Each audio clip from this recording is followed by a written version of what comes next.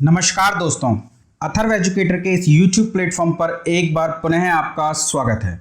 दोस्तों, UPSSC video री exam के लिए हमारी क्लासेस निरंतर चल रही हैं, जिसमें हम वर्ल्ड ज्योग्राफी के महत्वपूर्ण 4 टॉपिक्स को पूरे विस्तार से समाप्त कर चुके हैं और शीघ्र ही अगले टॉपिक्स हमारे इसी प्रकार निरंतर चलते रहेंगे। इसी श्रृंखला में आज हम आधुनिक भारत का इतिहास प्रारंभ करने जा रहे हैं दोस्तों। और आधुनिक भारत के इतिहास को मेरा प्रयास रहेगा कि 10 वीडियोस में यानी अगले 10 दिनों में पूरी तरीके से समाप्त कर दिया जाए। एक वीडियो लेक्चर में 50 से ज्यादा प्रश्न रहेंगे और इसी प्रकार 500-600 प्रश्नों में इस पूरे के पूरे आधुनिक भारत के इतिहास को मैं समाप्त कर दूंगा दोस्तों। देखिए, मान के चलिए आपके एग्जाम में इतिहास से 7 से 8 प्रश्न आएंगे और उसमें 5 से ज्यादा प्रश्न आपके आधुनिक भारत के इतिहास से ही रहने वाले हैं। साथ ही दोस्तों, एसएससी सीजीएल 2023 के नाम से एक प्लेलिस्ट बनी हुई है चैनल पर, जहां पर हम प्राचीन भारत के इतिहास को पूरे विस्तार से पढ़ रहे हैं।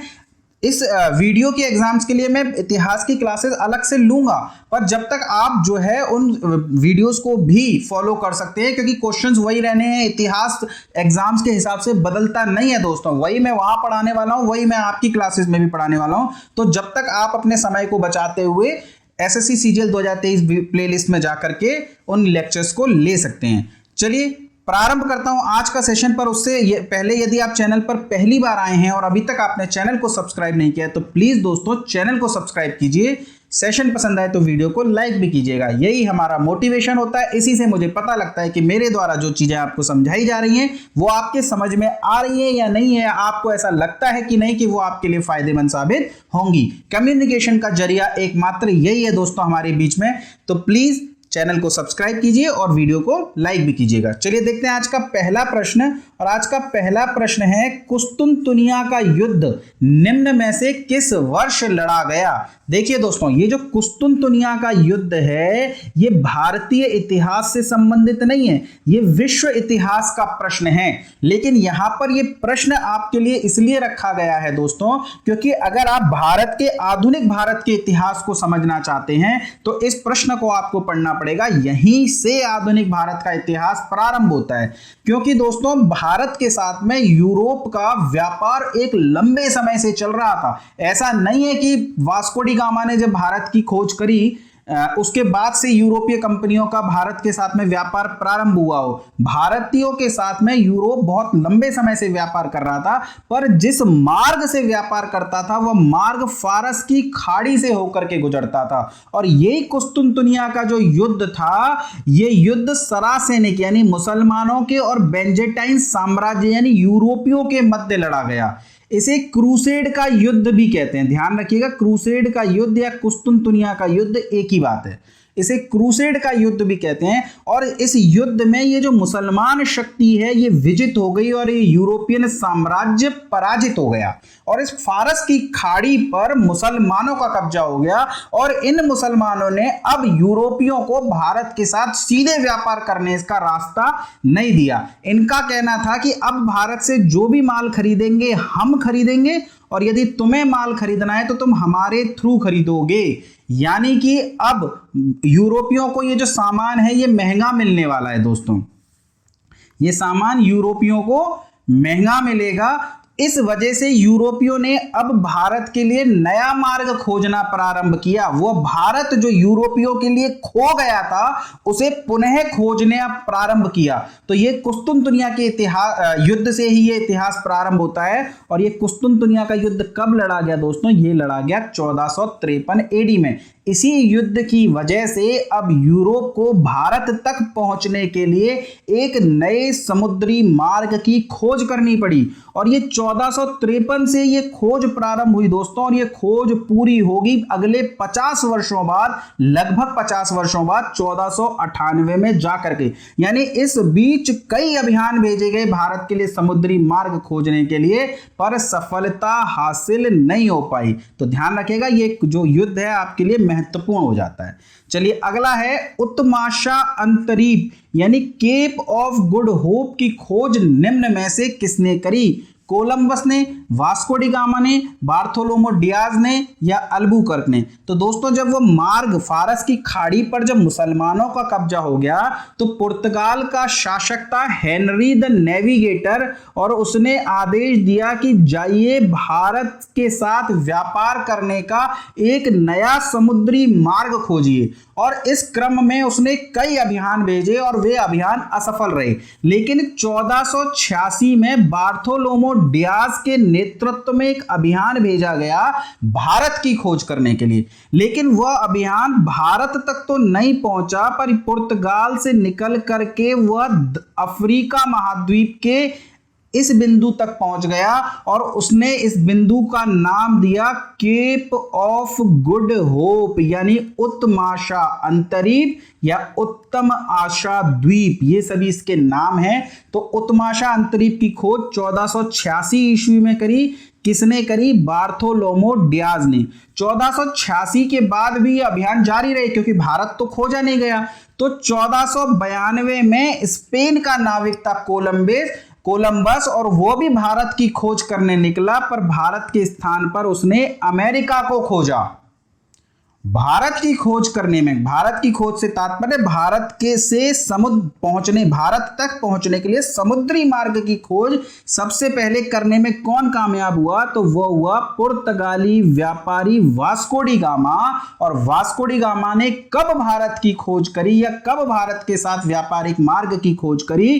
तो वो करी 1498 एडी में। बहुत ही इंपॉर्टेंट प्रश्न है, वास्को डी गामा ने कब भारत की खोज करी? देखिए प्रश्न ऐसे ही आता है, वास्को डी गामा ने कब भारत की खोज करी? तो वो करी है 1498 में। तो ध्यान रखिएगा, ये बहुत इंपॉर्टेंट प्रश्न है। उत्तम आशा अंतरीप या केप ऑफ गुड होप की खोज किसने करी? बार्थोलोमो डियाज ने। अमेरिका को कोलंबस ने कब खोजा? 1492 ईस्वी में, 1492 एडी में। और वास्को डी गामा भारत के तट पर कब पहुंचा? तो 1498 में। देखिए 50-60 प्रश्नों में सभी प्रश्न कवर नहीं किए जा सकते, और यदि सभी प्रश्न कवर करने निकले तो 150 से ज्यादा प्रश्न बन जाएंगे। आगे मौका मिला तो देंगे, लेकिन एग्जाम तक आपको कम समय में ज्यादा से ज्यादा मैटर पढ़ना है। तो ये जो नीचे एक्सप्लेनेशन में आपको दे रहा हूं ये जरूर पढ़िएगा दोस्तों। चलिए, आपको अलग से थ्योरी क्लासेस करने की जरूरत नहीं पड़ेगी, सारी थ्योरी मैं आपको यहीं कवर करा दूंगा। चलिए, निम्न में से किसकी सहायता से वास्को डी गामा भारत के तट पर पहुंचा? देखिए भारत को खोजने के लिए एक लंबे समय से अभियान भेजे जा रहे थे। बार्थोलोमो डियाज 1486 में निकला, भारत नहीं पहुंच पाया। उत्तम आशा अंतरीप केप ऑफ गुड होप तक पहुंचा। कोलंबस भारत की खोज करने निकला, भारत तो छोड़ो, वो तो अलग दिशा में पहुंच गया, अमेरिका तक पहुंच गया। इसी तरह कई अभियान निकले लेकिन भारत तक नहीं पहुंच पाए, क्योंकि समुद्री, उस समय आज की तरह टेक्नोलॉजी तो होती नहीं थी कि आप लोकेशन लगा लो जीपीएस पर। तो समुद्र बहुत खतरनाक हुआ करता था दोस्तों, तूफान, आंधी, इन सब से मार्ग भटक जाया करते थे, पूरे के पूरे जहाज समुद्र में डूब जाया करते थे। तो वास्को डी गामा जब भारत की खोज के लिए निकला तो एक समय जब वह केप ऑफ गुड होप पर पहुंचा तो उसकी उम्मीद समाप्त हो गई। जैसे बार्थोलोमो डियाज उस केप ऑफ गुड होप से लौट गया था, उसी प्रकार वास्को डी गामा की भी भारत को खोजने की उम्मीद समाप्त हो गई। लेकिन तभी उसे अब्दुल मजीद नाम का एक गुजराती व्यापारी मिल गया, और जब उन दोनों में बात हुई, उसने कहा तुम कहां से हो? उसने कहा मैं भारत से हूं, गुजरात से हूं। तो उसने कहा कि अच्छा, तो तुम भारत से हो, क्या तुम मुझे भारत तक ले जा सकते हो? उसने कहा बिल्कुल ले जा सकता हूं। तो लेकर के तो उसे अब्दुल मजीद आया, कोई वास्को डी गामा ने थोड़ी खोजा रास्ता। पर इतिहास में दर्ज हो गया कि वास्को डी गामा 1498 में कालीकट के कड़कड़ापू द्वीप पर पहुंचा। देखिए कालीकट कई बार पूछ लिया गया है, तो अगर कालीकट का भी द्वीप पूछ ले तो कड़कड़ापू द्वीप पर पहुंचा। कब पहुंचा? 1498 ईस्वी में। और किसकी मदद से पहुंचा? तो अब्दुल मजीद की मदद से पहुंचा। चलिए अगला प्रश्न है, निम्नलिखित में से किसने वास्को डी गामा का कालीकट में स्वागत किया? 1498 ईस्वी में पहुंचा, कालीकट के कड़कड़ापू द्वीप पर पहुंचा, अब्दुल मजीद की मदद से पहुंचा। और जब वो पहुंचा कालीकट में तो कालीकट के राजा जमोरिन, देखिए वैसे तो जमोरिन उपाधि होती थी, जो कालीकट के राजा को कही जाती थी, पर इतिहास में कहीं भी इस राजा का नाम नहीं मिलता, तो ये नाम ही फेमस हो गया कि कालीकट का राजा जमोरिन, पर वास्तव में जमोरिन का तात्पर्य ही राजा था। पर आपको यही नाम याद रखना है कि कालीकट के राजा जमोरिन ने वास्को डी गामा का स्वागत किया। तो किसने वास्को डी गामा का स्वागत किया? तो जमोरिन ने किया। कब किया? 1498 ईस्वी में कालीकट के कड़कड़ापू द्वीप पर। चलिए अगला प्रश्न है, निम्न में से कौन से यूरोपीय कंपनी का संबंध पुर्तगाल से, देखिए कौन सी कर लीजिए से, कौन सी यूरोपीय कंपनी का संबंध पुर्तगाल से है? एस्टाडो दो इंडिया, विरंगते ओस्ट इंडिगो company, East India company, the इंड ओरिएंटल कंपनी। तो दोस्तों ये चारों ही यूरोपीय कंपनी है जो भारत में स्थापित की गई, जिसमें से एस्टाडो दो इंडिया कंपनी होती है पुर्तगाली कंपनी। एस्टाडो दो इंडिया पुर्तगाली कंपनी है। जबकि बात करें विरंगते ओस्ट इंडिगो कंपनी की, तो यह एक डच कंपनी है। ये कैसी कंपनी है दोस्तों? ये डच कंपनी है। ईस्ट इंडिया कंपनी तो सभी जानते होंगे, ये ब्रिटिश कंपनी है। और यदि बात करें द इंड ओरिएंटल कंपनी की, तो ये कैसी कंपनी है? ये एक फ्रांसीसी कंपनी है। फ्रांसीसी कंपनी है। दोस्तों यही इन यूरोपियों का भारत में आने का क्रम है। सबसे पहले यूरोपीय पुर्तगाली भारत में आए, फिर डच भारत में आए, फिर भारत में ब्रिटिशर्स पहुंचे और चौथे नंबर पर फ्रांसीसी पहुंचे। ध्यान रखिएगा, ब्रिटिशर्स के बीच में एक डेन या कह सकते हैं हॉलैंड के व्यापारी भी पहुंचे थे। तो अगर और क्रम बढ़ाना चाहें तो पुर्तगालियों के बाद डच आए, डच के बाद अंग्रेज आए, अंग्रेज के बाद डैन आए और डैन के बाद फ्रांसीसी आए। तब ये क्रम कुछ इस प्रकार होगा। तो ध्यान रखिएगा, अक्सर प्रश्न में डैन दिया नहीं होता। बहुत लोगों को तो, बहुत से विद्यार्थियों को भी नहीं पता होता कि डैन कंपनी भी कभी भारत में आई थी, लेकिन इससे प्रश्न भी बनते हैं। आगे मैं बताऊंगा क्या प्रश्न बनते हैं। तो ध्यान रखिएगा, सबसे पहले पुर्तगाली आए, फिर डच आए, फिर अंग्रेज आए, फिर डैन आए, फिर फ्रांसीसी आए। पुर्तगालियों की कंपनी एस्टाडो दो इंडिया थी, डच कंपनी विरंगते ओस्ट इंडिगो कंपनी थी, British company East India company थी और फ्रांसीसी कंपनी की बात करें तो द इंड ओरिएंटल कंपनी। चलिए आगे चलते हैं।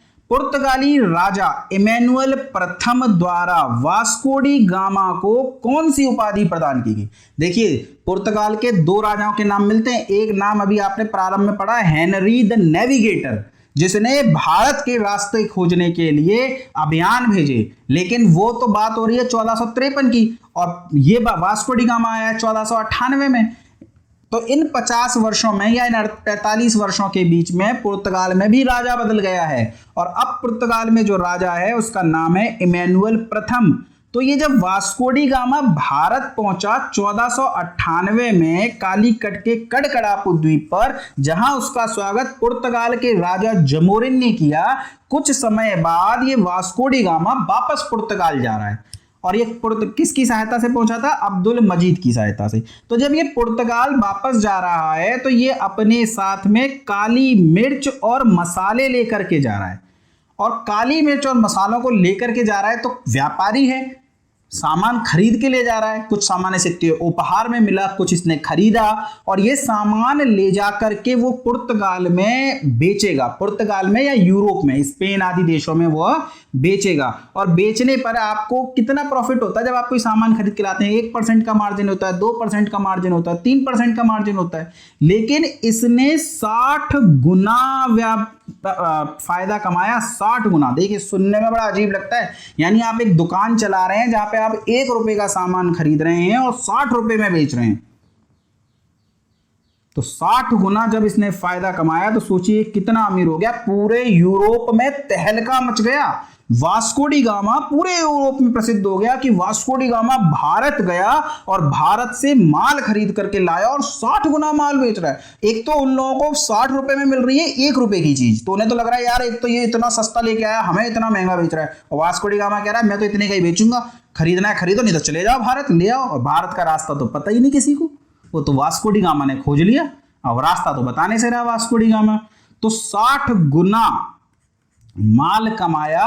इस बात से प्रसन्न होकर इमैनुअल प्रथम ने वास्को डी गामा को वाणिज्य प्रधान की उपाधि दी, यानी व्यापारियों में सर्वश्रेष्ठ की उपाधि दी। ठीक है, वाणिज्य प्रधान की उपाधि पुर्तगाली राजा इमैनुअल प्रथम ने वास्को डी गामा को दी।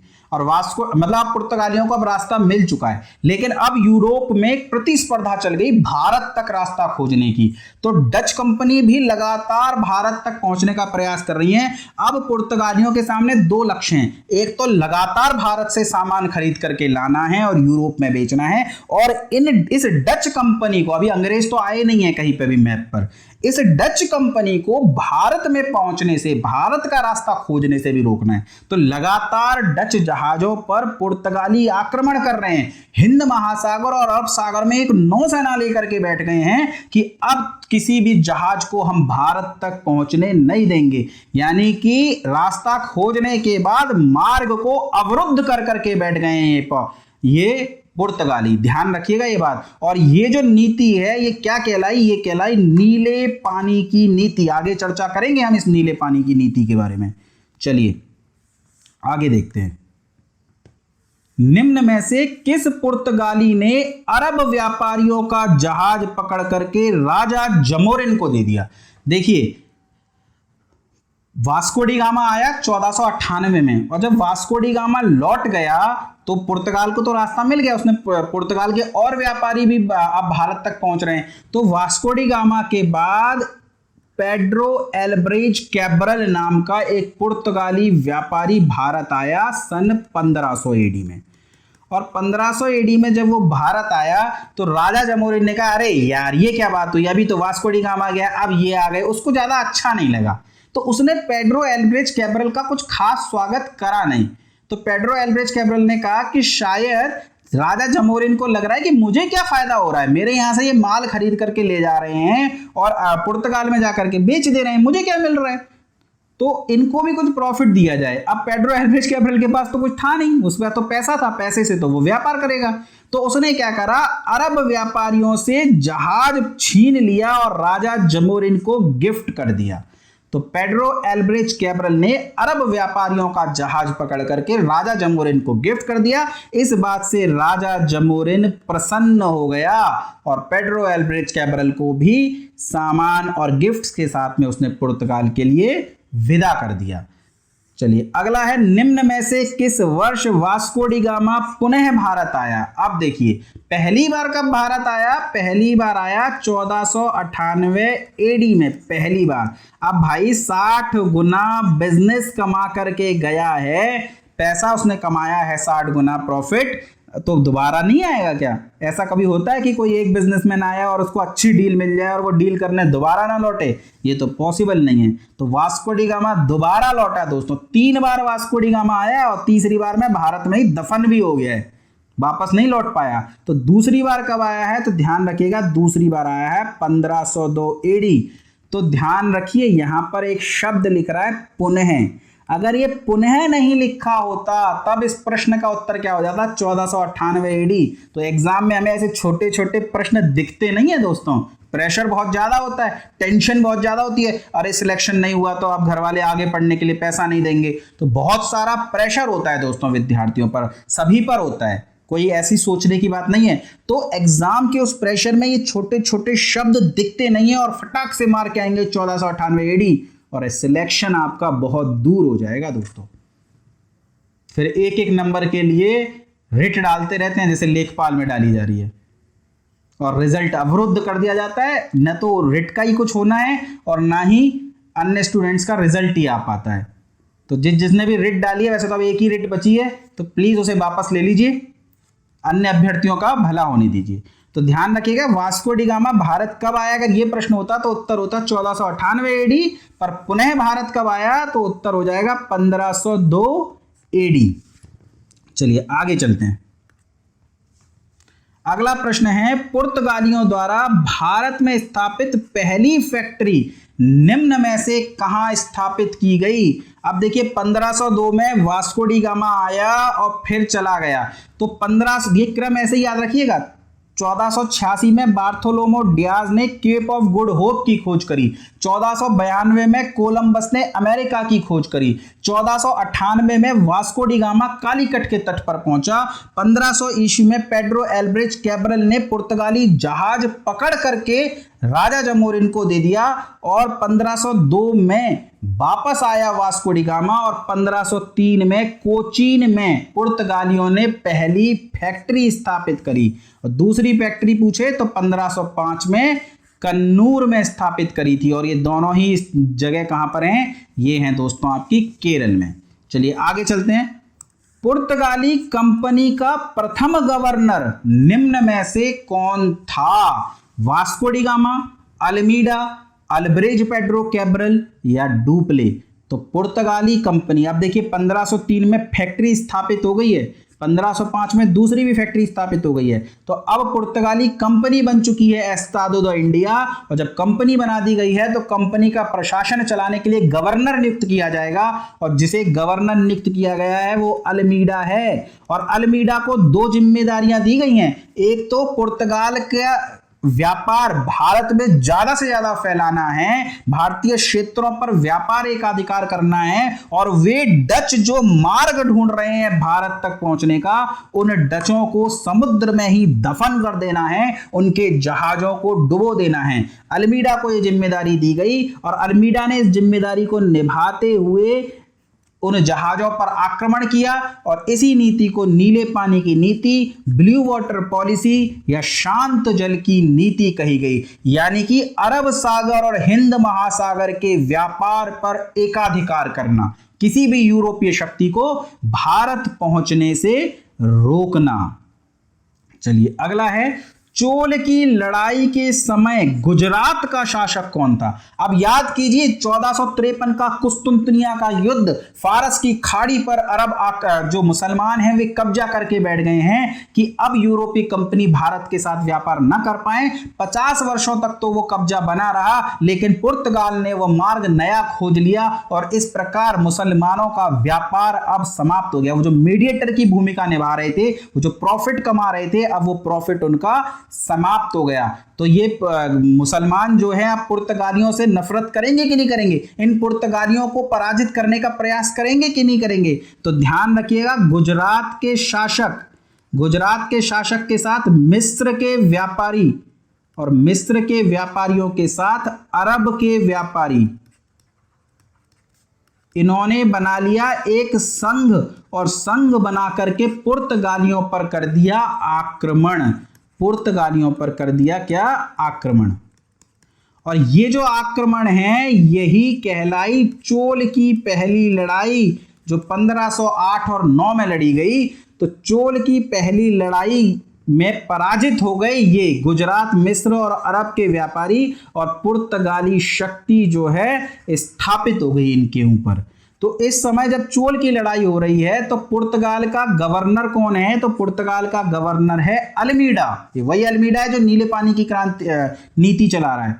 पुर्तगाल का पहला गवर्नर अल्मीडा। और यदि पूछ ले गुजरात का शासक उस समय कौन था, तो गुजरात का शासक था महमूद बेगड़ा। पराजित कौन हुए? ये गुजरात, मिस्र और अरब के व्यापारी। और जीते कौन? जीत गए पुर्तगाली चोल की लड़ाई में। चलिए अगला प्रश्न देखते हैं।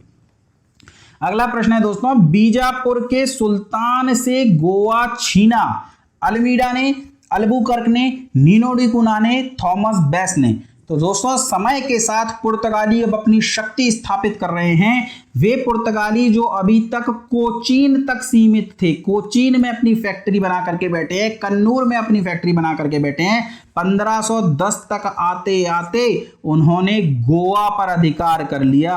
गोवा जो एक समृद्ध इलाका था, गोवा पर अधिकार कर लिया। और गोवा पर किसने अधिकार किया? तो वो था पुर्तगाली कंपनी का दूसरा गवर्नर अल्बुकर्क। इस अल्बुकर्क ने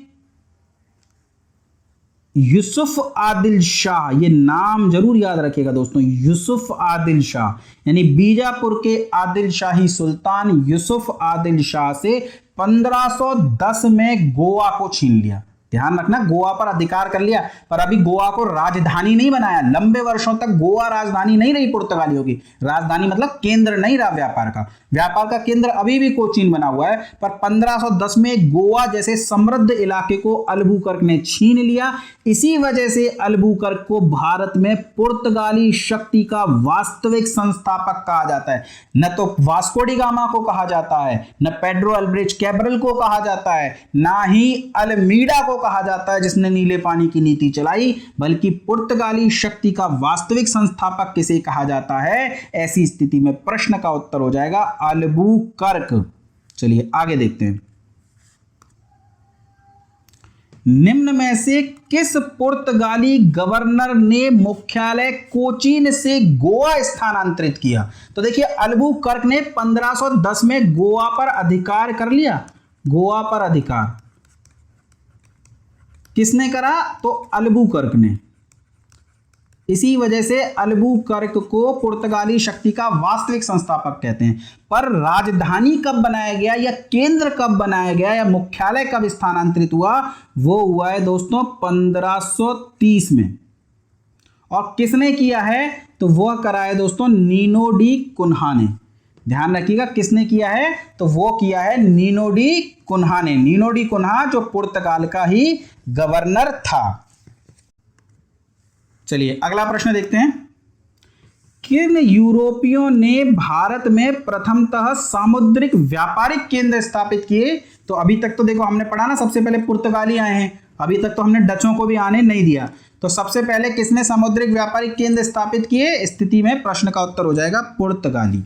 चलिए अगला प्रश्न देखिए। निम्न में से किस मुगल बादशाह ने पुर्तगालियों से कार्टेज प्राप्त किया।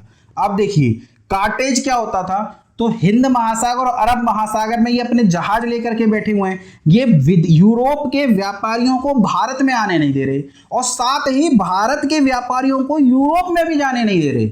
और वो कह रहे हैं कि यदि आप जाना चाहते हो तो चले जाओ, हमें कर देकर जाओ, हमें टैक्स देकर जाओ। और इस व्यवस्था को क्या कहा गया, कार्टेज आर्मेडा व्यवस्था। और ध्यान रखना पुर्तगाली शक्ति को अकबर ने भी मान लिया। अकबर ने भी इन पुर्तगालियों का विशेष विरोध नहीं करा, क्योंकि अकबर बहुत दूर था। वो पुर्तगालियों से इस समय जो है लड़ना नहीं चाहता था, झगड़ना नहीं चाहता था, और ये पुर्तगाली मुगल सत्ता को चुनौती भी नहीं दे रहे थे। तो पुर्तगालियों को अपने फेवर में रखा अकबर ने, अपने फेवर में रखा। चाहता तो इन पुर्तगालियों का नाश अकबर बहुत आराम से कर सकता था, पर भारतीय राजाओं को दबाने के लिए इन पुर्तगाली शक्ति का अकबर अपने लिए प्रयोग करना चाहता था। इस वजह से अकबर ने क्या कहा कि चलो पुर्तगाली प्रभुत्व को मान लिया जाए, ताकि भाई अकबर अगर कार्टेज कर दे रहा है पुर्तगालियों को, तो भारत में और कौन सी शक्ति होगी जो पुर्तगालियों को चुनौती दे देगी, जब अकबर तक ने नहीं दी। तो अकबर ने भी कार्टेज प्राप्त करा, यानी कर दिया। हालांकि ये सिर्फ एक नॉमिनल बात थी, क्योंकि पुर्तगालियों ने परमिट पर साइन कर दिए, कोई पैसा नहीं लिया अकबर से। यानी एक तरीके से अकबर ने परमिट भी ले लिया और अकबर का भी सम्मान बना रहा। क्यों, क्योंकि अकबर से कोई पैसे पुर्तगालियों ने नहीं लिए। तो ये सिर्फ एक दूसरे के प्रभुत्व को मानने का तरीका था। तो किस मुगल बादशाह ने पुर्तगालियों से कार्टेज प्राप्त किया, तो ध्यान रखिएगा अकबर ने किया। और इस व्यवस्था को क्या कहते हैं, इस व्यवस्था को कहते हैं कार्टेज आर्मेडा व्यवस्था। चलिए अगला है, भारत का किस देश के साथ व्यापार आरंभ होने का श्रेय पुर्तगालियों को दिया जाता है। तो जापान के साथ भारत का व्यापार आरंभ करने का श्रेय पुर्तगालियों को दिया जाता है। फैक्चुअल इंफॉर्मेशन है, रट लीजिएगा। निम्न में से क्या भारत में पुर्तगालियों के पतन का कारण नहीं था। मुसलमानों की ओर अत्यधिक झुकाव, मुसलमानों की ओर अत्यधिक झुकाव, भारतीयों से वैवाहिक संबंध बनाना, गोवा में धर्म न्यायालय की स्थापना करना, या पश्चिम की ओर झुकाव। देखिए इसमें से ये जो तीन है ना, ये पतन के कारण है। भारतीयों से वैवाहिक संबंध स्थापित करना। अब देखिए पुर्तगाल की जनसंख्या बहुत कम है। अब पुर्तगाल धीरे धीरे समझ गया कि अब हम भारत में जो है अपने क्षेत्र बढ़ा सकते हैं, अपनी सैन्य शक्ति बढ़ा सकते हैं, अपनी ताकत बढ़ा सकते हैं, लेकिन उसके लिए हमें पुर्तगाली लोगों की जरूरत पड़ेगी भविष्य में। तो पुर्तगालियों ने क्या सोचा कि भारतीयों के साथ वैवाहिक संबंध बनाएंगे, लेकिन ये बात भारतीयों को पसंद नहीं आ रही है, तो ये इनके पतन का कारण बन रहा है। गोवा में धर्म न्यायालय की स्थापना कर दी, यानी भारतीयों के धर्म में हस्तक्षेप किया जा रहा है। अब गोवा में उनका साम्राज्य है कि नहीं है, और वो वहां धर्म न्यायालय बना रहे हैं, यानी ईसाई धर्म का प्रचार प्रसार कर रहे हैं। ये बात भी सनातन धर्म या मुस्लिम धर्म के लोगों को पसंद नहीं आ रही है, तो ये भी उनके पतन का कारण है। ऊपर से इनके साथ इनका झुकाव पश्चिम की ओर हो गया है। देखिए ये भारत है, तो ये वाला हिस्सा पश्चिम है, यानी दक्षिण अमेरिकी महाद्वीप में ब्राजील में ये अपना व्यापार ज्यादा बढ़ा रहे हैं, और अब ये भारत की कर रहे हैं उपेक्षा। तो धीरे धीरे भारत में इनकी शक्ति भी समाप्त होती जा रही है, तो ये भी इनके पतन का कारण है। पर मुसलमानों की ओर इनका झुकाव नहीं था, बल्कि मुसलमानों से इनका टकराव था। न ये मुसलमानों को पसंद करते थे, न मुसलमान इन्हें पसंद करते थे। क्यों? क्योंकि भाई मुसलमानी व्यापार जो फारस की खाड़ी पर जो मुसलमानों का एकाधिकार था, उसी का तो इन्होंने एक तरीके से खंडन कर दिया था। और मुसलमानों से आप दुर्व्यवहार कर रहे हैं, और भारत में केंद्र में शक्ति कौन बैठे हुए हैं? वहां पर मुसलमान ही बैठे हुए हैं। अकबर के बाद जहांगीर के बाद शाहजहां। अकबर ने तो इनकी वो मान ली थी सत्ता, लेकिन धीरे धीरे अगले आने वाले बादशाहों ने इनको चुनौती देना प्रारंभ कर दिया, और 1632 में तो शाहजहां ने एक बार इन्हें हुगली से निकाल फेंका, बोले हटो यहां से, भाग जाओ यहां से। तो 1632 में शाहजहां ने इन्हें हुगली से निष्कासित कर दिया। तो अगर प्रश्न पूछा जाए किस मुगल बादशाह ने इन्हें हुगली से निष्कासित कर दिया, तो शाहजहां ने हुगली से निष्कासित कर दिया। ये फैक्ट लिख लीजिएगा, ये मैंने आपको नोट नहीं कराया है कहीं पे। शाहजहां ने हुगली से पुर्तगालियों को निष्कासित कर दिया।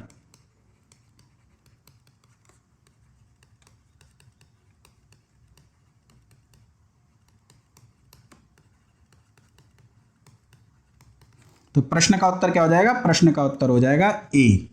चलिए आगे देखते हैं।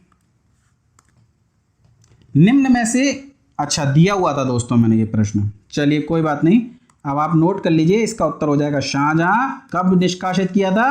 तो 1632 ईस्वी में। मुझे लगा दोस्तों मैंने ये प्रश्न डाला हुआ नहीं है, इसलिए मैंने वहां फैक्ट वो नोट करा दिया आपको कि आपका छूटे नहीं, पर ये प्रश्न यहां पर है, तो अब आप इसका उत्तर नोट कर लीजिए। चलिए आगे चलते हैं। विरंगते ओस्ट इंडिगो कंपनी की स्थापना निम्न में से किस वर्ष में की गई थी? अब देखिए 1498 में आए थे पुर्तगाली, और 100 सालों तक इन्होंने आने नहीं दिया डच को। 100 सालों बाद धीरे धीरे जब पुर्तगाली शक्ति कमजोर होने लग गई, तब डच भारत पहुंचे, और 1602 ईस्वी में डचों ने अपनी कंपनी की स्थापना करी, और उस कंपनी का नाम क्या था? विरंगते ओस्ट इंडिगो कंपनी। ये कैसी कंपनी है? ये डच कंपनी है दोस्तों, और ध्यान रखिएगा ये विश्व की पहली जॉइंट वेंचर कंपनी है, यानी संयुक्त उपक्रम वाली कंपनी। ये पहली कंपनी है विश्व की जो शेयर पर आधारित थी। जैसे आज चलता है ना, पब्लिक कंपनीज होती हैं, शेयर्स बिकते हैं कंपनी के, तो ये पहली कंपनी थी विश्व की जो शेयर पर आधारित थी, जो मार्केट व्यवस्था पर आधारित थी, जॉइंट वेंचर कंपनी थी या संयुक्त उपक्रम वाली कंपनी थी। और इस कंपनी की स्थापना कब की गई? तो 1602 एडी में। दोस्तों ये एक फैक्ट अगर आप याद कर सके तो जरूर याद कीजिएगा, जैसे क्योंकि वास्को डी गामा का कई बार पूछा जाता है, उसी प्रकार पहला डच यात्री भी पूछा जा सकता है, और वो पहला डच यात्री कार्नेलिस डी हाउटमैन था। लेकिन ये भारत नहीं आया था। केप ऑफ गुड होप के बाद ये भारत को नहीं खोज पाया, ये पहुंच गया कहां? इंडोनेशिया, यानी नीचे से हिंद महासागर क्रॉस करते हुए ये पहुंच गया इंडोनेशिया। इंडोनेशिया के सुमात्रा द्वीप पे और बांटेन द्वीप पर पहुंचा, और वहां से फिर किसी की मदद से ये भारत तक पहुंचा। तो अब जब इंडोनेशिया से आएंगे दोस्तों, तो ध्यान रखिएगा ये केरल की तरफ नहीं आएंगे, बल्कि ये तमिलनाडु और आंध्र प्रदेश की तरफ आएंगे। तो कार्नेलिस डी हाउटमैन पहला डच यात्री था जो इंडोनेशिया के सुमात्रा और बांटेन द्वीप पर पहुंचा, और फिर डच भारत से कहां पहुंचे? कोरोमंडल तट पर पहुंचे, यानी तमिलनाडु और आंध्र प्रदेश की तरफ पहुंचे। तो विरंगते ओस्ट इंडिगो कंपनी डच कंपनी है, जिसकी स्थापना कब हुई है? इसकी स्थापना हुई है 1602 एडी में। चलिए आगे चलते हैं। भारत में स्थापित किस फैक्ट्री को प्रथम डच फैक्ट्री होने का सम्मान प्राप्त है? भारत में डचों की पहली फैक्ट्री, देखिए पुर्तगालियों की पहली फैक्ट्री कौन सी थी? पहली फैक्ट्री थी उनकी कोचीन में जो 1603 में स्थापित की गई थी। दूसरी फैक्ट्री थी कन्नूर में जो 1605 में स्थापित की गई थी। उसी प्रकार अगर बात करें डचों की पहली फैक्ट्री तो 1605 ईस्वी में आंध्र प्रदेश के मसूलीपट्टनम में फैक्ट्री लगाई गई थी। और डचों की अन्य फैक्ट्री कौन सी थी? पुलिकट, सूरत, पीपली और हुगली। ये नाम याद रखिएगा। अगर आपसे पूछ ले डचों की दूसरी फैक्ट्री कौन सी थी तो वो थी 1610 जो पुलिकट में लगाई गई थी। बंगाल में डचों की प्रथम फैक्ट्री कौन सी थी? तो पीपली थी जो 1627 में लगाई गई थी। और ये जो हुगली देख रहे हो ना दोस्तों आप 1653 वाली, ये बहुत इंपॉर्टेंट है। ये बंगाल के सीरमपुर में थी। क्यों इंपॉर्टेंट है अगले प्रश्न में चर्चा करेंगे। अगले से अगले में कर लेंगे, अगला थोड़ा अलग है। डचों द्वारा ढाला जाने वाला सोने का सिक्का क्या कहलाता था? तो डच जो है भारत में एक सोने का सिक्का डालते थे जिसे पैगोडा कहा जाता था। और ये कहाँ डाले जाते थे? ये पुलिकट में डाले जाते थे जो डचों की दूसरी फैक्ट्री भी थी। चलिए आगे चलते हैं। निम्न में से किस स्थान पर डचों ने गुस्तावस फोर्ट का निर्माण किया? देखिए एक पहला फोर्ट आ गया है आपके सामने, कुछ फोर्ट आएंगे तो उनमें से पहला फोर्ट आया है गुस्तावस फोर्ट। गुस्तावस फोर्ट डचों का फोर्ट था जिसकी स्थापना चिनसुरा में की गई थी। और चिनसुरा कहां पर है? हुगली में। ये है वो प्रश्न। और कब की गई थी चिनसुरा हुगली की में फैक्ट्री की स्थापना? 1653 ईस्वी में। और इसी चिनसुरा में गुस्तावस फोर्ट बनाया गया था।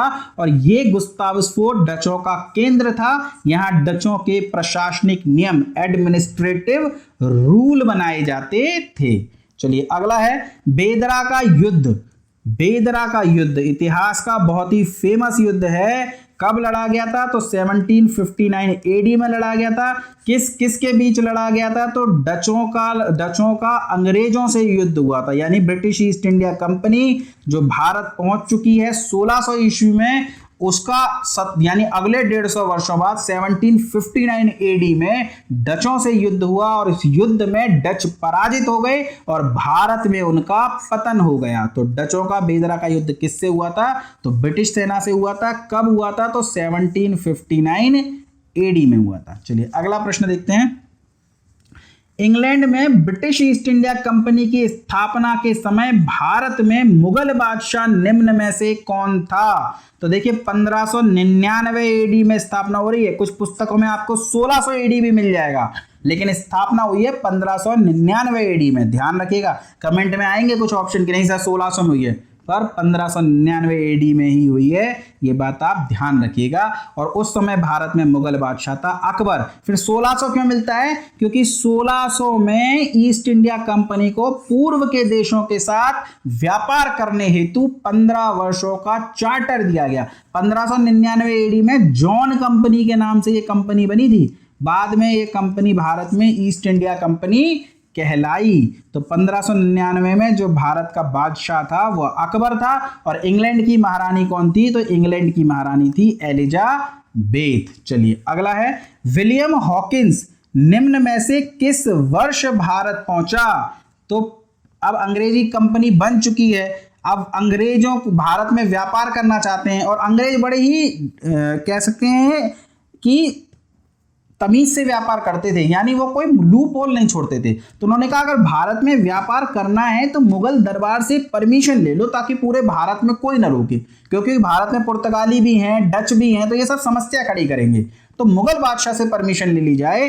तो जेम्स प्रथम का पत्र लेकर विलियम हॉकिंस 1608 एडी में भारत में मुगल दरबार में पहुंचा। 1608 एडी में। लेकिन ध्यान रखना इसके पास जो पत्र था ना वो पत्र अकबर के नाम का था। अकबर के नाम का। आज की तरह इंटरनेट तो था नहीं, अकबर मर गया तो सारी दुनिया को पता लग जाए, समय लगता था खबरें पहुंचने में। तो जब विलियम हॉकिंस चला तो तब अकबर राजा था, आने में भी तो टाइम लगता था, 1-2 साल तो पहुंचने में लग जाया करते थे। तो अकबर के नाम का पत्र लेकर के पहुंचा। लेकिन जब वो भारत पहुंचा तो भारत में मुगल दरबार में राजा बदल चुका था। राजा था जहांगीर। और जहांगीर से इस विलियम हॉकिंस ने तुर्की भाषा में बात करी। ध्यान रखिएगा फारसी में नहीं करी थी। कुछ गंदी किताबों में आपको फारसी नाम मिल जाएगा, तो फारसी में नहीं करी थी, बल्कि किस भाषा में बात करी थी?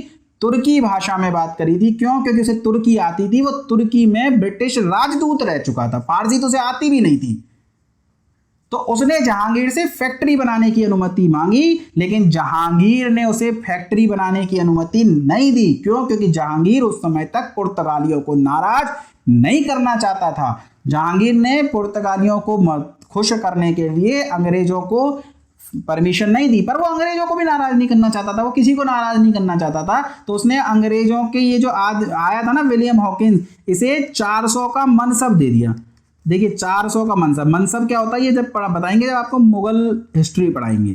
तो 400 का मनसब दिया, और साथ ही क्योंकि इसने तुर्की भाषा में बात करी थी तो इसे इंग्लिश खान की उपाधि दी। कहा ये तो अंग्रेजी खान है, ब्रिटानिया खान है, तो इंग्लिश खान की उपाधि उसे दी गई। तो विलियम हॉकिंस भारत कब आया? तो विलियम हॉकिंस भारत आया 1608 में। अगर आपसे पूछ ले कि अंग्रेजों ने पहली फैक्ट्री कहां लगाई थी भारत में, तो 1613 में सूरत में लगाई थी। और दक्षिण भारत में पहली फैक्ट्री कहां लगाई थी? तो दक्षिण भारत में पहली फैक्ट्री लगाई थी मसूलीपट्टनम में।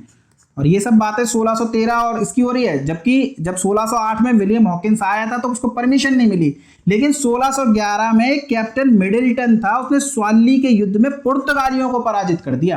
और जब पुर्तगाली पराजित हो गए तो जहांगीर को लगा कि अरे भैया ये अंग्रेज तो पुर्तगालियों को भी पराजित कर सकते हैं, तो पुर्तगालियों को छोड़ो, इन अंग्रेजों से मित्रता करो। तब ये परमिशन वगैरह मिली और फिर जो है फैक्ट्रीज लगी। दोस्तों अभी तक मैं 25 प्रश्न करा चुका हूं और बहुत बढ़िया तरीके से करा रहा हूं, पर आप चैनल को सब्सक्राइब नहीं कर रहे और वीडियो पर तो लाइक कर नहीं रहे हो। तो ठोको पहले लाइक, और जिसने चैनल सब्सक्राइब नहीं किया प्लीज चैनल सब्सक्राइब कीजिए। चलिए आप करो, जब तक मैं आगे बढ़ता हूं। सुनहरा फरमान निम्न में से किसके द्वारा जारी किया गया था? कुतुबशाही शासक, आदिल शाही शासक, मुगल बादशाह, या इनमें से कोई नहीं? तो सुनहरा फरमान कुतुबशाही शासक के द्वारा जारी किया गया था, ईस्ट इंडिया कंपनी को जारी किया गया था। ये कुतुबशाही शासक कहाँ हुआ करते थे? गोलकुंडा में। और 500 पैगोडा, याद करिए पैगोडा डच सिक्का था पैगोडा, तो पैगोडा चलता था गोलकुंडा में, इस वजह से पैगोडा प्रयोग किया गया। और कहा गया कि आप हमें 500 पैगोडा दे दो, इसके बदले में आप मसूलीपट्टनम और उसके आसपास के क्षेत्रों में कर मुक्त व्यापार कर सकते हो, यानी आपको व्यापार पर मुझे कर देने की आवश्यकता नहीं है। तो ये फरमान क्या कहा गया? ये फरमान कहलाया सुनहरा फरमान। किसने जारी किया? गोलकुंडा के कुतुबशाही शासक ने। क्या लिखा हुआ था? 500 पैगोडा के बदले मसूलीपट्टनम और आसपास के क्षेत्रों में कर मुक्त व्यापार की परमिशन। चलिए अगला है, निम्न में से किसने मद्रास को पत्ते पर नहीं पट्टे पर यानी किराए पर प्राप्त किया? आयरकूट, फ्रांसिस डे, जॉब चेरनॉग, या गेराल्ड अयंगर? तो ध्यान रखिएगा, मद्रास को जो पट्टे पर प्राप्त किया था वो फ्रांसिस डे ने प्राप्त किया था, इसी वजह से इसे मद्रास का संस्थापक कहा जाता है। मद्रास तो उस समय एक छोटा सा इलाका हुआ करता था जो चंद्रगिरी राज्य में, चंद्रगिरी की रियासत में पड़ता था, और चंद्रगिरी के शासक थे दमरल वेंकटरप्पा, और इससे फ्रांसिस डे ने मद्रास को पट्टे पर प्राप्त किया। और वहां पर सेंट फोर्ट जॉर्ज, ये याद रखिएगा, एक आपने गुस्तावस फोर्ट पढ़ा था, दूसरा फोर्ट है सेंट फोर्ट जॉर्ज, तो तीसरा पढ़ेंगे आप विलियम फोर्ट विलियम। ये तीनों फोर्ट आपको याद रखने हैं। सेंट फोर्ट जॉर्ज अंग्रेजों का है जो मद्रास में बनाया गया, गुस्तावस फोर्ट डचों का है जो चिनसुरा हुगली में बनाया गया, और फोर्ट विलियम भी अंग्रेजों का है जो कलकत्ता में बनाया जाएगा। तो सेंट फोर्ट जॉर्ज की स्थापना करी फ्रांसिस डे ने, इसी वजह से फ्रांसिस डे को मद्रास का संस्थापक कहा जाता है। चलिए अगला है, फोर्ट सेंट जॉर्ज का निर्माण अंग्रेजों द्वारा कहां किया गया? कहां किया गया है? मद्रास में किया गया है। इसी वजह से जो है फ्रांसिस डे को मद्रास का संस्थापक कहा जाता है। लेकिन भारत में जो पहली तीन प्रेसिडेंसी थी ना, मद्रास, बंबई, बंगाल, तो जो पहली प्रेसिडेंसी थी ना वो 1604 में वो मद्रास ही थी, पर मद्रास का संस्थापक कौन है? Francis day. पर इस प्रेसिडेंसी का हेड कौन था? आयरकूट। तो ये फैक्ट्स थोड़ा ना साथ में पढ़ा करिए, कंफ्यूजन नहीं होगा। अगर पूछ ले मद्रास का संस्थापक कौन था तो फ्रांसिस डे, पर मद्रास प्रेसिडेंसी का पहला अध्यक्ष कौन था, पहला हेड कौन था, पहला गवर्नर कौन था, तो वो हो जाएगा आयरकूट। चलिए आगे चलते हैं। बंबई अंग्रेजों को किससे प्राप्त हुआ था? पुर्तगालियों से, डचों से, फ्रांसीसियों से या मुगल बादशाह से?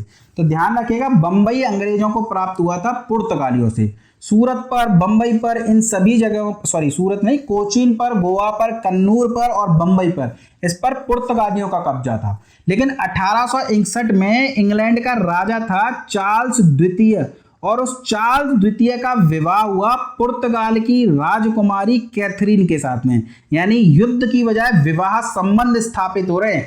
और इस विवाह में पुर्तगाल ने दहेज में बंबई का क्षेत्र चार्ल्स द्वितीय को दे दिया। ध्यान रखिएगा, चार्ल्स द्वितीय को मिला है, EIC को नहीं, 1661 में। अब चार्ल्स द्वितीय बंबई का करेगा क्या? तो उसने 1668 में याद आया, उसे बंबई पड़ा हुआ है हमारे पास, तो 10 पाउंड वार्षिक पर EIC को दे दिया। तो अगर पूछ ले अंग्रेजों को कब मिला या ब्रिटेन को कब मिला, तो 1661 में। ईस्ट इंडिया कंपनी को कब मिला, तो 1668 में। चलिए आगे चलते हैं। निम्न में से किस वर्ष अंग्रेजों ने सूरत के स्थान पर बंबई को अपना केंद्र बनाया? देखिए 1661 में अंग्रेजों को यानी ब्रिटेन को प्राप्त हो गया है बंबई। 1668 में यानी 1668 में ईस्ट इंडिया कंपनी को मिल गया है 10 पाउंड वार्षिक पर, और 1687 में बंबई को व्यापार का केंद्र बना दिया गया है सूरत के स्थान पर। और जो सूरत का हेड था ना, जेराल्ड ओंगियार, उसे बंबई का पहला गवर्नर बना दिया गया। तो मद्रास का पहला गवर्नर कौन था? आयर कूट। बंबई का पहला गवर्नर कौन था? जेराल्ड ओंगियार। मद्रास का संस्थापक किसे कहा जाता है? फ्रांसिस डे को। लेकिन बंबई का संस्थापक किसे कहा जाता है? जेराल्ड ओंगियार को। चलिए आगे चलते हैं। मजा तो आ रहा है ना दोस्तों आप लोगों को? चलिए, निम्न में से किसने अंग्रेज ईस्ट इंडिया कंपनी को बंगाल, बिहार एवं उड़ीसा में कर मुक्त व्यापार करने की अनुमति प्रदान करी? देखिए ये फारुखसियर तक मत पहुंचिएगा आप, ऑप्शन में फारुखसियर है भी नहीं। फारुखसियर तो 1717 की बात है, और ये बात हो रही है 1651 की।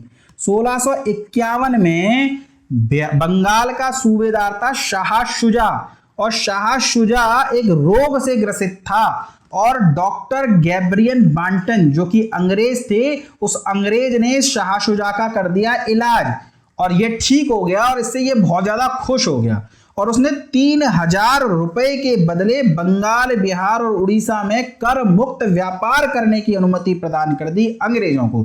तो किसने प्रदान करी? तो बंगाल के सूबेदार शाह शुजा ने। सुनहरा फरमान किसने दिया? कुतुब शाही शासक गोलकुंडा ने। मद्रास को पट्टे पर किसने दिया? चंद्रगिरी के शासक डमरेल वेंकट रप्पा ने। तो इस तरीके से आप याद कीजिएगा कंपैरेटिव स्टडी करते हुए। निम्न में से किस मुगल बादशाह ने अंग्रेजों को एक बार बंगाल से निष्कासित कर दिया? देखिए अगर पूछ ले पुर्तगालियों को हुगली से किसने निष्कासित किया था, तो शाहजहां ने। पर अंग्रेजों को बंगाल से किसने निष्कासित किया? तो ऐसी स्थिति में उत्तर हो जाएगा औरंगजेब। देखिए 1651 में पट्टे पर प्राप्त कर लिया, और ब्रिजमैन ने बंगाल में पहली फैक्ट्री भी लगा दी। लेकिन 1687 या 86 तक आते आते, ईयर इंपॉर्टेंट नहीं है, ये ईयर ध्यान मत रखिएगा, आप तो बस इतना ध्यान रखिए कि बंगाल में लूटपाट प्रारंभ कर दी अंग्रेजों ने, और इस बात से औरंगजेब गुस्सा हो गया, और औरंगजेब ने अपनी ताकत दिखाने के लिए इन अंग्रेजों को बंगाल से कर दिया निष्कासित।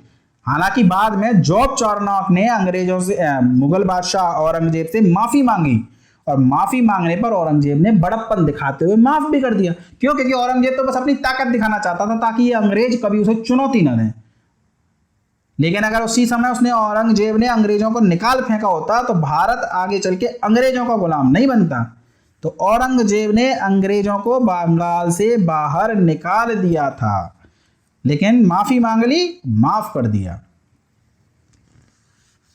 निम्न में से किसे कोलकाता का या बंगाल का संस्थापक कहा? बंगाल नहीं, बंगाल तो बहुत पहले से, कोलकाता का संस्थापक कहा जाता है। तो देखिए गेराल्ड आंगियार ये तो बंबई के संस्थापक हैं, फ्रांसिस डे ये मद्रास के संस्थापक हैं, आयर कूट ये मद्रास प्रेसिडेंसी के पहले गवर्नर हैं, और आंगियार जो है बंबई प्रेसिडेंसी के पहले गवर्नर थे। लेकिन जॉब चार्नॉक ये वही व्यक्ति था जिसने औरंगजेब से मांगी माफी, और औरंगजेब ने माफी दे दी। इस जॉब चार्नॉक ने सुल्तानाती में बनाई फैक्ट्री, और 8-9 वर्षों तक ये आराम से वहां पर रहा। इसने अंग्रेज मुगलों को खुश किया और बाद में बंगाल के सूबेदार अजीम उस्सान, देखिए 1651 में शाह शुजा था, ये बात हो रही है 1698 की। तो एक औरंगजेब का पोता था अजीम उस्सान, जो बंगाल का उस समय सूबेदार था, और उससे 1200 रुपए एवज में कोलिकाता, सुतानाती और गोविंदपुर, ये 3 गांव के नाम थे, इन गांव की ले ली जमींदारी। और इस कोलिकाता को एक नगर के रूप में विकसित किया और यहां पर फोर्ट विलियम बनाया। और कलकत्ता का संस्थापक इसीलिए किसे कहा जाता है, तो जॉब चॉर्नोक को कहा जाता है। चलिए आगे चलते हैं। कितने रुपए एवज में ब्रिटिश ईस्ट इंडिया कंपनी को कोलिकाता, सुतानाती और गोविंदपुर की जमींदारी प्राप्त हुई? तो 1200 रुपए वार्षिक एवज में किससे प्राप्त हुई? बंगाल के सूबेदार अजीम उस्सान से। विलियम फोर्ट की स्थापना निम्न में से किस नगर में की गई थी? अभी अभी हमने देखा कहां की गई, तो कोलकाता नगर में की गई थी। चलिए अगला प्रश्न है, निम्न में से किस मुगल बादशाह के द्वारा ब्रिटिश ईस्ट इंडिया कंपनी के हित में शाही फरमान जारी किया गया? अब देखिए, यदि बात हो शाही फरमान, सुनहरा फरमान किसने जारी किया था? कुतुबशाही शासक ने, गोलकुंडा के कुतुबशाही शासक ने। पर शाही फरमान किसने जारी किया था? तो शाही फरमान जारी किया था फर्रुखसियर ने। कब जारी किया था? सन 1700 एडी में। देखिए सन 1715 में मुगल दरबार में एक मिशन पहुंचा जिसे कहा जाता है सरमन मिशन। और इस सरमन मिशन में जॉन सरमन थे, डॉक्टर हैमिल्टन थे और एक ख्वाजा सेहुर्द, ये ट्रांसलेटर था। अब अंग्रेजी बोलेंगे ये अंग्रेज, तो इसे हिंदी में या फारसी में कन्वर्ट करता था ये ख्वाजा सेहुर्द। तो ख्वाजा सेहुर्द एक ट्रांसलेटर था। ये मुगल दरबार में पहुंचा, मुगल दरबार ने इन्हें कुछ नहीं दिया, लेकिन ये वहीं पड़े रहे। और बाद में एक समय आया जब फारुखसियर बीमार हो गया, इस फारुखसियर का इलाज कर दिया इस हैमिल्टन ने, डॉक्टर था ना, इलाज कर देते थे तो ये बड़े खुश हो जाया करते थे। और खुश होकर के सन 1717 में इन्होंने शाही फरमान दिया, यानी 2 वर्ष बाद, 2 वर्ष तक पड़े रहे वहां। और इस शाही फरमान में क्या कहा गया? ये 3 शर्तें हैं दोस्तों शाही फरमान की, नहीं याद रखिएगा। इस शाही फरमान में कहा गया कि 3000 रुपए वार्षिक कर के बदले EIC को बंगाल, बिहार और उड़ीसा में कर मुक्त व्यापार की अनुमति। 3000 रुपए वार्षिक कर के बदले। ये तो पहले ही मिल चुका था इन्हें, याद करिए अजीम उस्सान से हमने देखा था। लेकिन अब मुगल बादशाह दे रहा है ना, तो वैधानिकता ज्यादा बढ़ रही है। तो 3000 रुपए वार्षिक कर के बदले EIC को बंगाल, बिहार और उड़ीसा में मुक्त व्यापार की अनुमति। अब बंगाल का अगला सूबेदार मना नहीं कर सकता, जबकि एक सूबेदार का फैसला तो अगला सूबेदार पलट देगा ना। लेकिन सूरत में भी कर मुक्त व्यापार की अनुमति मिली, पर यहां पर कीमत 3000 की बजाय 10,000 है। यानी सूरत में क्यों इतनी ज्यादा है? क्योंकि सूरत से बिजनेस भी सबसे ज्यादा होता था। और बंबई को कंपनी में सिक्के ढालने की अनुमति प्राप्त हुई और इन सिक्कों को मुगल क्षेत्र में मान्यता भी मिली, यानी ये अब अपनी करेंसी भी चला सकते हैं भारत के अंदर। तो इसे कहते हैं सन 1717 का शाही फरमान, और यही भारत की गुलामी का सबसे बड़ा कारण बना। चलिए आगे चलते हैं। निम्न में से किस इतिहासकार ने सन 1717 के शाही फरमान को मैग्ना कार्टा की संज्ञा दी? देखिए मैग्ना कार्टा, अक्सर अधिकार पत्रों को मैग्ना कार्टा कह दिया जाता है, तो मैग्ना कार्टा की संज्ञा किसने दी? ओमरा ने। मैग्ना कार्टा को बहुत अच्छे से पढ़ाऊंगा मैं जब आपको फंडामेंटल राइट्स पढ़ाऊंगा कॉन्स्टिट्यूशन में। अभी यहां पर पढ़ाऊंगा तो वीडियो बहुत लंबी हो जाएगी। तो सन 1717 के शाही फरमान को मैग्ना कार्टा की संज्ञा किसने दी? तो प्रश्न का उत्तर हो जाएगा ओमरा ने। चलिए अगला है, डेन कंपनी के व्यापारी 1616 में भारत आए, निम्न में से कहां इन्होंने अपनी पहली फैक्ट्री लगाई? तो देखिए हमने देखा सबसे पहले आए पुर्तगाली, पुर्तगालियों के बाद आए डच, डचों के बाद आए अंग्रेज, अंग्रेजों के बाद आए डेन या फिर कह सकते हैं हॉलैंड के व्यापारी, और इनके बाद आए फ्रांसीसी। ध्यान रखिएगा, तो हॉलैंड के व्यापारियों के बारे में बात हो रही है। 1616 में भारत आए, पर इन्होंने 1620 में अपनी पहली फैक्ट्री लगाई, और वो कहाँ लगाई? वो लगाई ट्रंकोबार में। और 1676 में बंगाल में अपनी पहली फैक्ट्री लगाई इन्होंने सीरमपुर में। इससे ज्यादा कुछ नहीं पढ़ना इनके बारे में, व्यापार कर आके चले गए ये वापस, इन्होंने कुछ खास जो है भारत में नहीं किया। लेकिन ये प्रश्न इंपॉर्टेंट है, ये 2 प्रश्न बनते हैं तो इन्हें आप ध्यान रखिएगा। चलिए अगला प्रश्न देखते हैं। फ्रांसीसियों द्वारा निम्न में से किस स्थान पर दूसरी फैक्ट्री लगाई गई? अब आ गए फ्रांसीसी भारत में, पर सीधे दूसरी फैक्ट्री के बारे में पूछ रहे हैं, तो पहले पहली फैक्ट्री देख लें। तो फ्रांसीसी जब भारत में पहुंचे, कब पहुंचे? तो 1664 के आसपास पहुंचे, 1664 के आसपास। और 1668 में इन्होंने सूरत में लगाई पहली फैक्ट्री। तो अगर पूछे फ्रांसीसियों ने पहली फैक्ट्री कब लगाई, तो 1668 में, 1664 में भारत आए। पूरा लिख देता हूं वरना कोई पढ़ेगा तो उन्हें लगेगा दूसरी फैक्ट्री 1664 में लगी। तो 1664 में ये भारत आए, 1668 में सूरत में इन्होंने पहली फैक्ट्री लगाई, पहली फैक्ट्री। लेकिन प्रश्न पूछ रहा है दूसरी फैक्ट्री के बारे में। दूसरी फैक्ट्री 1669 में यानी 1669 में इन्होंने मसूलीपट्टनम में लगाई थी। तो दूसरी फैक्ट्री कहां लगाई है? मसूलीपट्टनम में। चलिए अगला प्रश्न देखते हैं।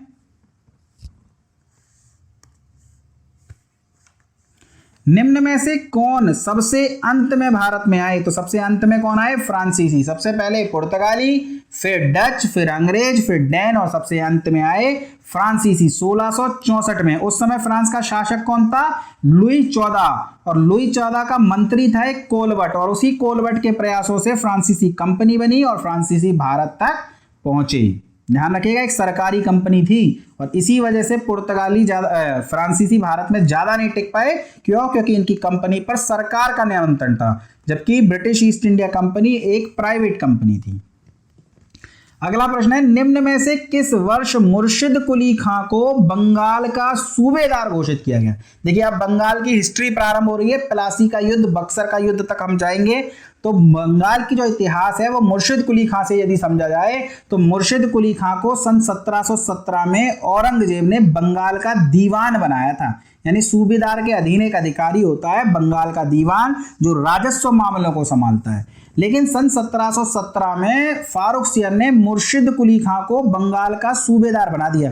क्यों? क्योंकि औरंगजेब का एक पोता था अजीम उस शान, जो बंगाल का सूबेदार था, उसको हटा दिया। आपस में चिढ़ते थे ना, क्यों? क्योंकि अजीम उस शान भी तो दावेदारी ठोकेगा मुगल बादशाह के तौर पर, सब लड़ते ही तो रहते थे आपस में।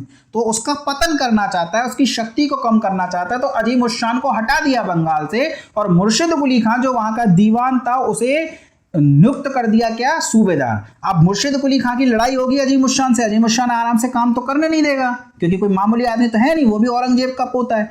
तो अजीम उस शान से मतभेद हो जाने के कारण राजधानी जो ढाका में स्थापित थी बंगाल की, उसे मुर्शिदाबाद ले गया। तो प्रश्न आता है किसने राजधानी ढाका से मुर्शिदाबाद स्थानांतरित करी? तो मुर्शिद कुली खां ने, जो सन 1717 में सूबेदार नियुक्त किया गया और बाद में इसने अपने आप को बंगाल का स्वतंत्र नवाब घोषित कर दिया। और बंगाल के किस नवाब ने इजारेदारी प्रथा प्रारंभ करी?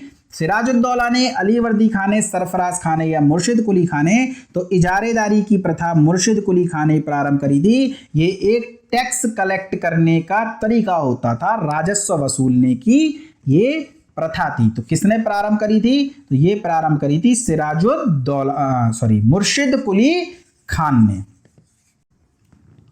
चलिए अगला प्रश्न है, मुर्शिद कुली खान द्वारा किस वर्ष उड़ीसा को बंगाल में मिला लिया गया?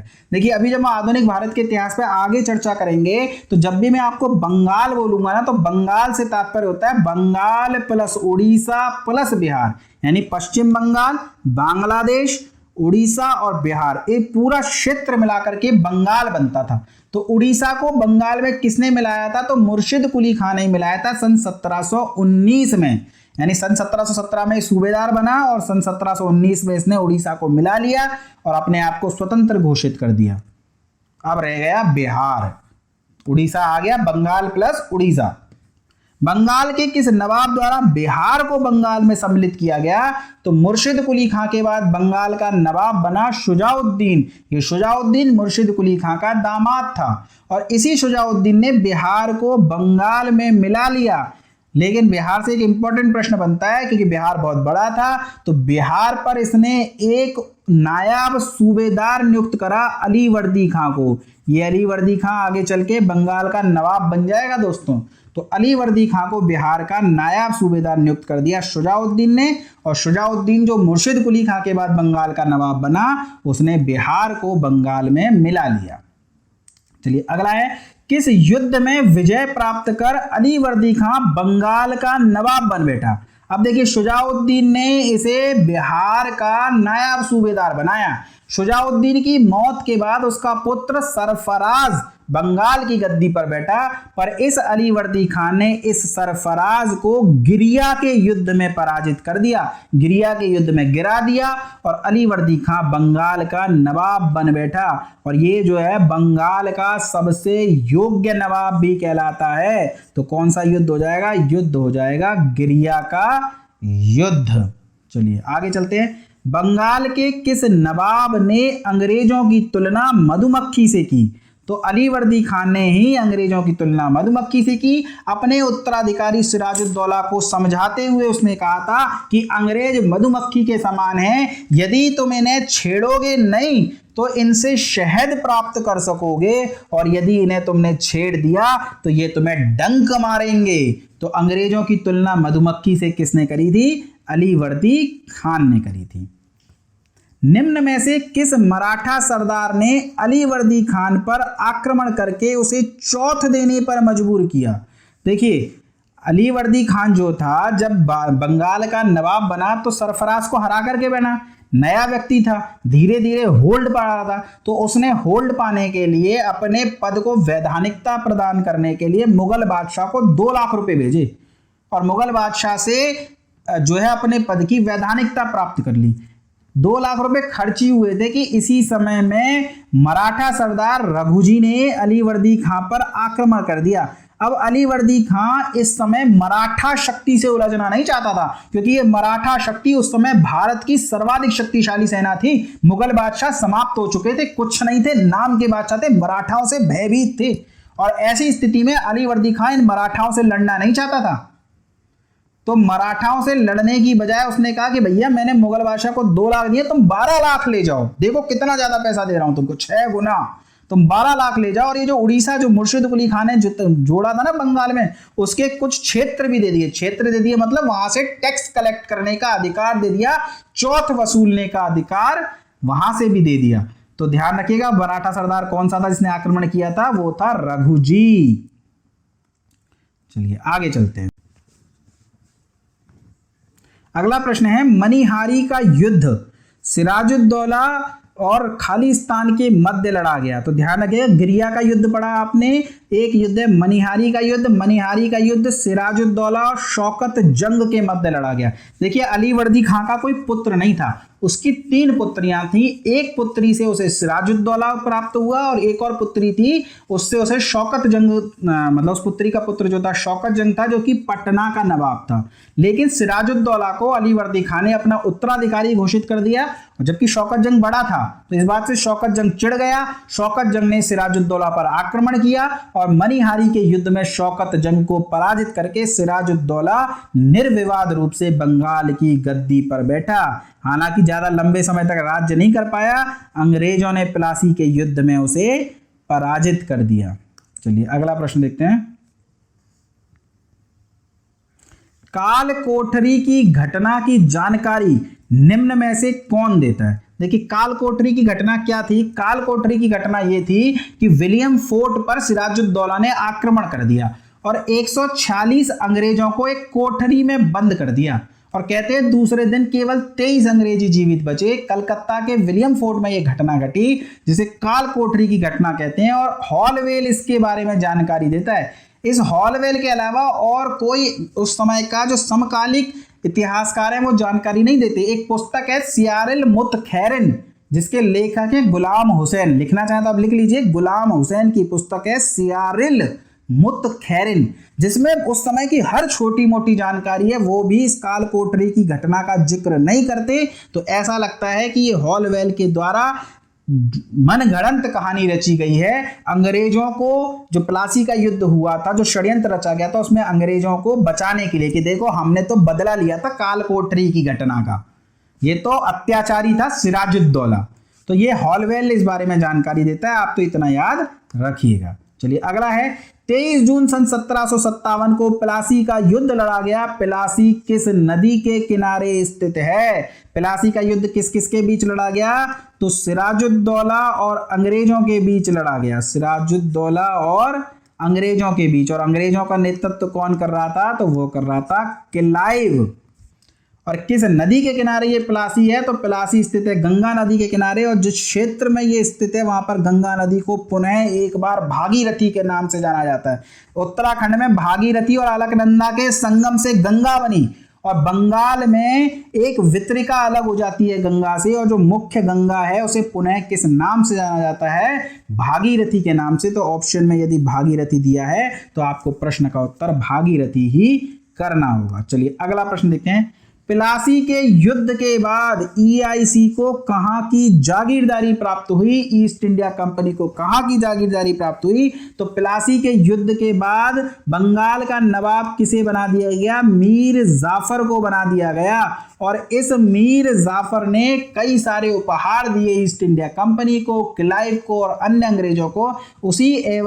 उसी क्रम में ईस्ट इंडिया कंपनी को बंगाल के एक क्षेत्र 24 परगने की जिम्मेदारी प्राप्त हुई। तो प्लासी के युद्ध के EIC को कहां की जागीरदारी मिली? तो दोस्तों 24 परगने की। ये थे यूरोपीय कंपनी के भारत में आगमन से जुड़े हुए बेहद महत्वपूर्ण 51 प्रश्न। इसके बाद हम कर्नाटक युद्ध पढ़ेंगे दोस्तों, और फिर मराठा और मैसूर के कुछ टॉप प्रश्नों को देखते हुए हम पहुंच जाएंगे 1857 की क्रांति पर। लगभग 10 या 11 लेक्चर, मैक्सिमम 10-11 लेक्चर्स में पूरा आधुनिक भारत का इतिहास आपका समाप्त कर दिया जाएगा। वीडियो एग्जाम के लिए बहुत जरूरी है दोस्तों, ज्यादा से ज्यादा आप इस लेक्चर्स को देखिए। जितना ज्यादा आप पढ़ेंगे, जितने बार बार आप पढ़ेंगे, आपके एग्जाम के लिए आप दूसरों से उतनी ही मजबूत स्थिति में पहुंच जाएंगे। तो फिर पढ़ते रहिए, मस्त रहिए, चैनल को शेयर सब्सक्राइब करते रहिए। धन्यवाद दोस्तों।